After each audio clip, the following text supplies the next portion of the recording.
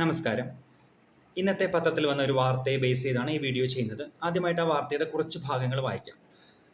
Khader committee പറയുന്നു, സ്കൂളുകളിൽ രാഷ്ട്രീയം അനുവദിക്കാം. സ്കൂളുകളിൽ വിദ്യാർത്ഥി രാഷ്ട്രീയം തിരിച്ചു കൊണ്ടുവരാൻ ഖാദർ കമ്മിറ്റി ശുപാർശ. 12ാം ക്ലാസ് കഴിയുന്ന വിദ്യാർത്ഥി ഭരണഘടനാ പ്രകാരം വോട്ടവകാശമുള്ള പൗരനാവുമെന്നതിനാൽ ജീവിക്കുന്ന സമൂഹത്തിലെ എല്ലാവിധ ചലനങ്ങളിലും പങ്കെടുക്കാനുള്ള പരിശീലനം കൂടിയാണ് വിദ്യാഭ്യാസമെന്നും സമിതി നിരീക്ഷിച്ചു. ഇതിന് കൃത്യമായ മാർഗരേഖ തയ്യാറാക്കി നൽകണം. സാമൂഹിക സംവാദവും വേണം. ഇതെല്ലാം നീതിന്യായ സംവിധാനങ്ങളുടെ ശ്രദ്ധയിൽ കൊണ്ടുവരേണ്ടതുണ്ടെന്നും വിദ്യാർത്ഥി രാഷ്ട്രീയം നിരോധിച്ച കോടതി വിധി പരാമർശിച്ച് ഖാദർ കമ്മിറ്റി അഭിപ്രായപ്പെട്ടു. 2003 വിദ്യാർത്ഥി രാഷ്ട്രീയത്തിനുള്ള അനുമതി നിഷേധിച്ച് പൊതുവിദ്യാഭ്യാസ വകുപ്പ് ഉത്തരവിട്ടത്. ലഹരി ഉപയോഗം, മദ്യാസക്തി എന്നിവ കൂടുന്നതും ജാതി മതാടിസ്ഥാനത്തിലുള്ള വേർതിരിവുകൾ കണ്ടുവരുന്നതിനാലുമാണ് സൃഷ്ടിപരമായ ആശയാടിസ്ഥാനത്തിലുള്ള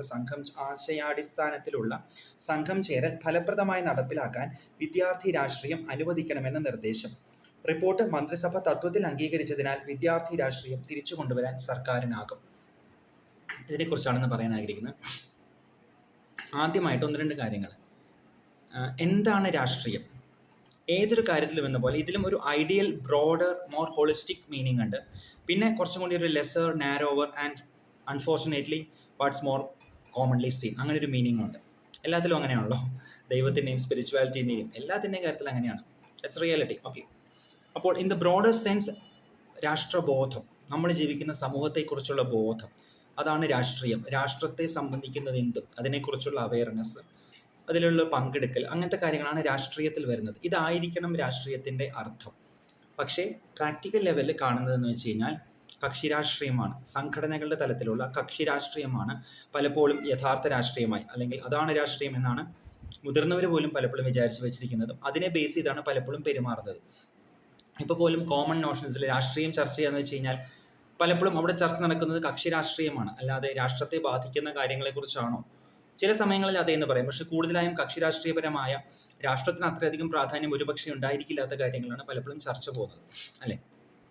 അപ്പോൾ ഇവിടെ ഈ 2 അർത്ഥമുണ്ട്, അത് പ്രത്യേകം ഓർക്കുക. ഓക്കെ. പിന്നെ വേറൊരു കാര്യം കൂടി പറയാൻ ആഗ്രഹിക്കുന്നത്, ഏതൊരു കാര്യവും നമ്മളത് ഇംപ്ലിമെൻറ്റ് ചെയ്യുന്നതിന് മുമ്പ് in the ideal world, in the ideal scenario, how it will run, how it will be executed, how it will be implemented and how it will turn out, ഈ ഒരു കാര്യത്തെക്കുറിച്ച് നമ്മൾ അറിഞ്ഞിരിക്കണം. പക്ഷേ അതോടൊപ്പം തന്നെ, അതുപോലെ തന്നെ പ്രാധാന്യത്തോടെ, ഒരു പക്ഷേ അതിനേക്കാളേറെ പ്രാക്ടിക്കൽ പ്രാധാന്യത്തിൽ നമ്മൾ അറിയേണ്ടത് in the real world, how will it operate, how will it be implemented, what will it's effects B എന്നുള്ളതാണ്. ഐഡിയൽ വേൾഡിനെ കുറിച്ച് നമുക്ക് എത്ര വേണേൽ സംസാരിക്കാം, സ്വപ്നം കാണാം, എഴുതാം, വായിക്കാം. പക്ഷേ യഥാർത്ഥ ജീവിതത്തിൽ നമ്മളെ സ്വാധീനിക്കുന്നത് റിയൽ സിനാരിയോയിൽ എന്ത് നടക്കുന്നു എന്നുള്ളതാണ്. അപ്പോൾ നമ്മുടെ നയങ്ങളും തത്വങ്ങളും രൂപവൽക്കരിക്കുമ്പോൾ ഐഡിയൽ സിനാരിയോയെക്കുറിച്ച്, പ്രാക്ടിക്കൽ സിനാരിയോയെക്കുറിച്ചുള്ള പ്രാഗ്മാറ്റിസവും വിഷനും കൂടി എപ്പോഴും വേണം. അപ്പോൾ ഇത്രയും കാര്യങ്ങൾ ആദ്യമേ പറഞ്ഞുകൊണ്ട് ഇതിലേക്കൊന്ന് കടക്കാം. ഇതിൽ ആദ്യത്തെ വരിയിൽ പറയുന്ന കുറച്ച് കാര്യങ്ങളോട് ഞാൻ യോജിക്കുന്നു. ജീവിക്കുന്ന സമൂഹത്തിലെ എല്ലാവിധ ചലനങ്ങളിലും പങ്കെടുക്കാനുള്ള പരിശീലനം കൂടിയാണ് വിദ്യാഭ്യാസം. തീർച്ചയായിട്ടും 100% യോജിക്കുന്നു. ഒരു വ്യക്തിയും സ്വന്തമായി നിർമ്മിക്കപ്പെട്ട ഒറ്റ തുരുത്തുകളിലേക്ക് ഒതുങ്ങരുത്.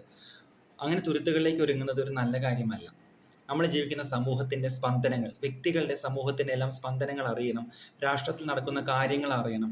അവയിൽ ഇടപെടാൻ നമുക്ക് കഴിയണം. അവയിൽ സർഗാത്മകമായി ഇടപെടാൻ കഴിയണം. അവയിൽ ജനാധിപത്യപരമായി ഇടപെടാൻ കഴിയണം. തീർച്ചയായിട്ടും ഇതിനോട് യോജിക്കുന്നു. പിന്നെ സാമൂഹിക സംവാദം വേണം, തീർച്ചയായിട്ടും വേണം. ഇതെല്ലാം നീതിന്യായ സംവിധാനങ്ങളുടെ ശ്രദ്ധയിൽ കൊണ്ടുവരണം എന്നുള്ളതും ഒക്കെ യോജിക്കുന്നു. പിന്നെ ലഹരി ഉപയോഗം, മദ്യാസക്തി, ജാതി മത അടിസ്ഥാനത്തിലുള്ള വേർതിരിവുകൾ, ഇത് കണ്ടുവരുന്നുണ്ട് എന്നുള്ളതൊരു സത്യം തന്നെയാണ്. അവയെ ചെറുക്കേണ്ടതുണ്ട്. പ്രത്യേകിച്ച് ലഹരി നമ്മുടെ സമൂഹത്തെ മൊത്തമായിട്ടും, പ്രത്യേകിച്ച് വിദ്യാർത്ഥി സമൂഹത്തെ ഏറ്റവും അധികം ബാധിക്കുന്ന കാര്യങ്ങളൊന്നാണ് ലഹരി. കൃത്യമായി ഒരു ആശയം അല്ലെങ്കിൽ എന്തെങ്കിലും ഒരു അങ്ങനത്തെ കാര്യത്തിൽ ഇൻവോൾവ്മെൻ്റ് ഇല്ലാത്ത, പഠനമോ എന്തോ ആയിക്കോട്ടെ, അതിൽ ഇൻവോൾവ് അല്ലാത്ത കുട്ടികളാണ് ബാക്കി കാര്യങ്ങളിലേക്ക് കൂടുതലായിട്ട് പോകുന്നത് എന്നൊരു ചിന്താഗതിയുമുണ്ട്. പൂർണ്ണമായും ശരിയാവണമെന്നില്ല. അപ്പോൾ ഇത്തരത്തിലുള്ള റോങ് വഴികളിലേക്ക് പോവാതിരിക്കാനായിട്ട് ആശയാടിസ്ഥാനത്തിലുള്ള സംഘം ചേരൽ ഫലപ്രദമാകുമെന്നാണ് പറയുന്നത്. ഇവിടെ എനിക്ക് ഭാഗികമായിട്ട് വിയോജിപ്പുണ്ട്. ആശയാടിസ്ഥാനത്തിലുള്ള സംഘം ചേരൽ എന്ന് പറയുമ്പോൾ യഥാർത്ഥ സെൻസിൽ രാഷ്ട്രീയം നമ്മുടെ സ്കൂളുകളിൽ വരുന്നതിനോട് എനിക്ക് കുഴപ്പമില്ല. അതായത് രാഷ്ട്രാവബോധം എന്ന രീതിയിലുള്ള രാഷ്ട്രീയം, സാമൂഹികമായ അവയർനെസ് എന്നുള്ള രീതിയിലുള്ള രാഷ്ട്രീയം. അതേസമയം കക്ഷി രാഷ്ട്രീയം, സംഘടനകളുടെ സംഘം ചേരൽ, സംഘടനകൾ, പാർട്ടി വിങ്ങുകൾ, പാർട്ടിയുടെ അനിയന്മാരായിട്ടൊക്കെ പ്രവർത്തിക്കുന്ന സംഘടനകൾ, അങ്ങനെയുള്ളവ സ്കൂളുകളിൽ വരുന്നതിനോട് എനിക്ക് 100% വിയോജിപ്പാണ്. കക്ഷി രാഷ്ട്രീയം സ്കൂളുകളിലേക്ക് കൊണ്ടുവരിക എന്നത് സ്കൂളുകളോടും കുട്ടികളോടും നമുക്ക് ചെയ്യാവുന്ന വലിയൊരു തെറ്റാണ് എന്ന് തന്നെയാണ് ഞാൻ വിശ്വസിക്കുന്നത്. കാര്യം കക്ഷി രാഷ്ട്രീയം എങ്ങനെയാണ് നമ്മുടെ ക്യാമ്പസുകളിൽ റൺ ചെയ്യുന്നത് എന്നുള്ളത് നമ്മൾ കാണുന്നുണ്ട്. ക്യാമ്പസ് രാഷ്ട്രീയത്തെക്കുറിച്ച് എനിക്ക് വേറെ അഭിപ്രായമുള്ളത്, അത് പിന്നെ ഒരിക്കൽ വേറെ വീഡിയോയിൽ ചെയ്യാം. ഇതും അതും തമ്മിൽ മിക്സ് ചെയ്യുന്നില്ല. ഓക്കെ, രാഷ്ട്രീയത്തിൽ ഒരിക്കലും സംഘടനകളെയും അവയുടെ ബോർഡ്സിനെയും അങ്ങനത്തെ കാര്യങ്ങളെ സ്കൂളുകളിലേക്ക് കൊണ്ടുവരരുത് എന്ന് തന്നെയാണ് എൻ്റെ അഭിപ്രായം. പിന്നെ 18 വയസ്സിൻ്റെ കാര്യം, +2 കഴിയുന്ന ചില കുട്ടികൾ 18 ആവുന്നു, ചിലർ 17 ആ പ്രായത്തിലാണ് നിൽക്കുന്നത്. അവർ ജസ്റ്റ് വോട്ടിംഗ് ഏജിലേക്ക് എത്തുന്നതേ ഉള്ളൂ. അപ്പോൾ ആ ഭൂരിപക്ഷം വിദ്യാർത്ഥികൾ +2വിൻ്റെ അവസാന ഘട്ടത്തിലാണ് ഒരു പക്ഷേ 18 ആവുക. ഭൂരിപക്ഷം പേരും അതിന് താഴെയാണ് നിൽക്കുന്നത്. +1 +2 കാറ്റഗറി എടുത്താൽ തന്നെ ബാക്കി എല്ലാ കുട്ടികളും അതിന് താഴെയുള്ളവരാണ്. നിഷ്കളങ്കമായ ഇടങ്ങളായിരിക്കണം വിദ്യാർത്ഥികളുടെ ഇടങ്ങൾ. അറിവ് പകർന്നു നൽകേണ്ട, വിദ്യാഭ്യാസം നേടേണ്ട സ്കൂൾ കുട്ടികളുടെ പ്രൈമറി ഉത്തരവാദിത്വം വിദ്യാഭ്യാസം നേടുകയാണ്. അതുവഴി സ്വയം ഒരു മികച്ച മനുഷ്യനാവുകയാണെന്നുള്ള കാര്യം മറക്കരുത്. വാട്ട്സ് എ പ്രൈമറി പർപ്പസ് എന്നുള്ളത് മറക്കരുത്. There are accessory goals, but what's a primary purpose എന്നുള്ളത് ഒരിക്കലും ഒരു കാര്യത്തിലും എന്ന പോലെ ഇവിടെയും മറക്കാൻ പാടില്ല. സംഘടനാപരമായ രാഷ്ട്രീയം ആ ഒരു അന്തരീക്ഷത്തെ താറുമാറാക്കുകയും കലാലയ രാഷ്ട്രീയത്തിൽ നമ്മൾ കണ്ടുവരുന്ന പല മോശം പ്രവണതകളെയും സ്കൂളുകളിലേക്ക് കൂടി കൊണ്ടുവരികയുമാണ് ചെയ്യുക എന്നാണ് ഞാൻ കരുതുന്നത്. അതൊരിക്കലും നല്ലതാവില്ല. മാത്രമല്ല, സംഘടനകൾ വരുന്നതിലൂടെ സംഘടനകളിൽ ചേരൽ, അതുവഴിയുള്ള ഒരു എക്കോ ചേമ്പറുകളിലേക്ക് അവർ നയിക്കപ്പെടാൻ സാധ്യതയുണ്ട്. വലിയ ആളുകളും വലിയ കുട്ടികളും പോലും നയിക്കപ്പെടുന്നു. വലിയ കുട്ടികൾ എന്ന് പറയാൻ പറ്റില്ല, അഡൽസ് തന്നെയാണ് അവർ 18+ ഉള്ളവർ. വൺസ് നമ്മൾ സംഘടനകളുടെ ഭാഗമായാൽ നമ്മൾ എക്കോ ചേമ്പറുകളിലാണ് മിക്കവാറും ചെന്നപ്പെടുക. ഒരിക്കലും നമുക്ക് അതിനെ ചോദ്യം ചെയ്യാൻ കഴിയുന്ന സെറ്റപ്പുകൾ വളരെ കുറവാണ്. അവരുടെ കോർ ആശയങ്ങളോട് എല്ലാം ഒന്നുകിൽ യോജിക്കണം അല്ലെങ്കിൽ വിയോജിക്കണം എന്നുള്ള ഒരു സിനാരിയോ വരും. അതൊട്ടും നന്നല്ല. ഒരു സംഘടനയിൽ ചേരുകയും അതേസമയം ആ സംഘടനയുടെ ചില കാര്യങ്ങളെ അനുകൂലിക്കുകയും ചില കാര്യങ്ങളോട് സർഗാത്മകമായി പ്രതികരിക്കാൻ കഴിയുകയും ചെയ്യുന്ന സിനാരിയോ എത്ര സംഘടനകൾ, എത്ര പാർട്ടികളുണ്ട്? സത്യസന്ധമായി ആലോചിച്ച് നോക്കും. നമുക്ക് പറയുമ്പോൾ പലതും പറയാം, പക്ഷേ വളരെ കുറവാണ് എന്നുള്ളതാണ് സത്യം. ചോദ്യം ചെയ്യലുകളോട് നമ്മുടെ ഈ രാഷ്ട്രീയ സംഘടനകൾ, അത് ചെറിയ അനിയൻ സംഘടനകളായാലും വലിയ ചേട്ടൻ സംഘടനകളായാലും എങ്ങനെയാണ് അവരോട് റെസ്പോണ്ട് ചെയ്യുക എന്നുള്ളത് അറിയാലോ. അപ്പോൾ രാഷ്ട്രീയവാദം വേണ്ട, പക്ഷേ രാഷ്ട്രീയം എന്നത് കക്ഷി രാഷ്ട്രീയമാകരുത് സ്കൂളുകളിൽ എന്നാണ് എൻ്റെ അഭിപ്രായം. സത്യസന്ധമായിട്ട് പറഞ്ഞാൽ +1 +2 കുട്ടികൾ സ്കൂളിൽ വേണോ അതോ പഴയ പോലെ പ്രീ ഡിഗ്രി വേണോ എന്നുള്ള കാര്യത്തിലും എനിക്ക് മിക്സഡ് ഒപ്പീനിയൻ ആണുള്ളത്. സ്കൂളുകളിലെ നല്ലൊരു നിഷ്കളങ്കമായ നല്ലൊരു അന്തരീക്ഷത്തിൽ വലിയ കുട്ടികൾ അവിടെ എത്രത്തോളം അതിൽ ചേരുന്നുണ്ട് എന്നുള്ള കാര്യത്തിൽ എനിക്ക് സംശയമുണ്ട്. അവർക്ക് നല്ലത് കോളേജ് തന്നെ അല്ലേ എന്ന് എനിക്ക് പലപ്പോഴും തോന്നാറുണ്ട്. ചിലപ്പോൾ തോന്നും പ്രീ ഡിഗ്രി ഒക്കെ പോകുമ്പോൾ അവർ ആ ഒരു പ്രായത്തിൽ അവർ കുറച്ചൊരു നിയന്ത്രണം ഇല്ലെങ്കിൽ അവർ വഴിതെറ്റിപ്പോകാൻ സാധ്യതയുണ്ടെന്ന് ചിലപ്പോൾ തോന്നും. അതിൽ ഞാൻ ഇത്തിരി അൺഡിസൈഡ് ആണ്. പക്ഷേ എനിക്ക് കൂടുതലായിട്ടും കോളേജ് തന്നെയാണ് നല്ലതെന്നുള്ള അഭിപ്രായമാണ് എനിക്ക് ഉള്ളത്. സ്കൂൾ എന്നുള്ളതൊരു പ്രത്യേക ഇടമാണ്. അതിനെ അങ്ങനെ തന്നെ അതിൻ്റെ സ്വച്ഛതയിൽ തന്നെ നിലനിർത്തണം എന്നാണ് എൻ്റെ അഭിപ്രായം. പക്ഷേ കക്ഷി രാഷ്ട്രീയം വേണ്ട എന്ന് പറയുമ്പോൾ തന്നെ അവയർനെസ്, ഡിസ്കഷൻസ്, ഒപ്പീനിയൻസ്, അങ്ങനെ കാര്യങ്ങളെല്ലാം വേണം. പലതും അവരെ പഠിപ്പിക്കാനാകും. ഒരു പക്ഷേ ഭാവിയിൽ നല്ല രീതിയിൽ എങ്ങനെ രാഷ്ട്രീയപരമായി പ്രവർത്തിക്കാം എന്നുള്ളതിനുള്ള ഒരു ക്ലാസ് പോലും സ്കൂളുകളിൽ കഴിയും. അതായത് കക്ഷി രാഷ്ട്രീയമല്ല യഥാർത്ഥ രാഷ്ട്രീയം എന്ന് അവരെ പഠിപ്പിക്കാൻ നമുക്ക്. പിന്നെ വേറെ ഒരുപാട് കാര്യങ്ങൾ, എക്കോ ചേമ്പറുകൾ ആവാതിരിക്കാനുള്ള കാര്യം. പിന്നെ എവ്ലിൻ ബിയാട്രിസ് ഹോൾ പറഞ്ഞ പോലെ, I may disagree to all the things that you may say, but I will fight till death for your right to say so. ഞാൻ നിങ്ങൾ പറയുന്ന എല്ലാത്തിനോടും വിയോജിക്കാം, പക്ഷെ അത് പറയാനുള്ള നിങ്ങളുടെ അവകാശത്തിന് വേണ്ടി ഞാൻ എന്തും ചെയ്യും, മരണം വരെ പൊരുതും എന്നുള്ള ആ ഒരു ആശയം. മറ്റൊരാൾ പറയുന്ന ആശയത്തോട് വിയോജിച്ചാലും അത് പറയാനുള്ള അയാളുടെ അവകാശത്തിന് വേണ്ടി നിൽക്കണം എന്നുള്ള കാര്യം കക്ഷി രാഷ്ട്രീയം ഇല്ലാതെ നമുക്ക് പഠിപ്പിക്കാൻ കഴിയും. പിന്നെ വ്യക്തിബോധം നമുക്ക് പഠിപ്പിക്കാം സ്കൂളുകളിൽ.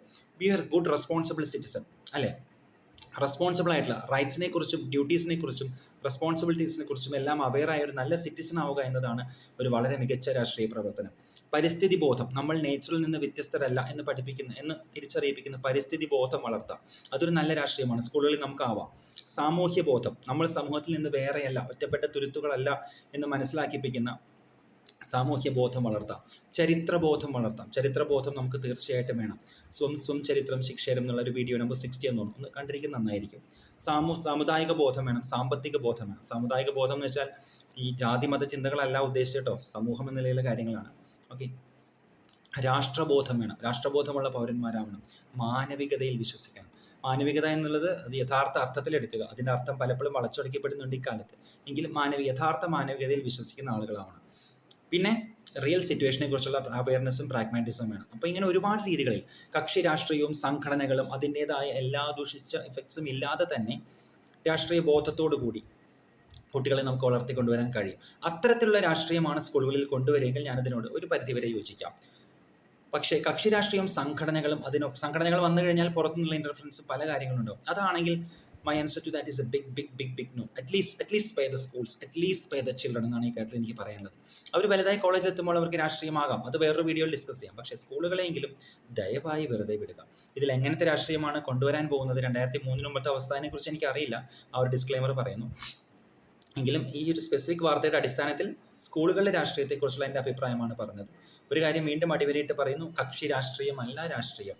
ഒരു നല്ല പൗരനാവുന്നത് മുതൽ ഞാൻ ഒരുപാട് ബോധങ്ങളെക്കുറിച്ച് പറഞ്ഞു. അതെല്ലാം ഉണ്ടായിരിക്കുകയും സമൂഹത്തിൽ അറിവിൻ്റെ തലത്തിലും പ്രവൃത്തിയുടെ തലത്തിലും നമ്മളെ എക്സ്പ്രസ് ചെയ്യുക എന്നുള്ളതുമാണ് യഥാർത്ഥ രാഷ്ട്രീയം.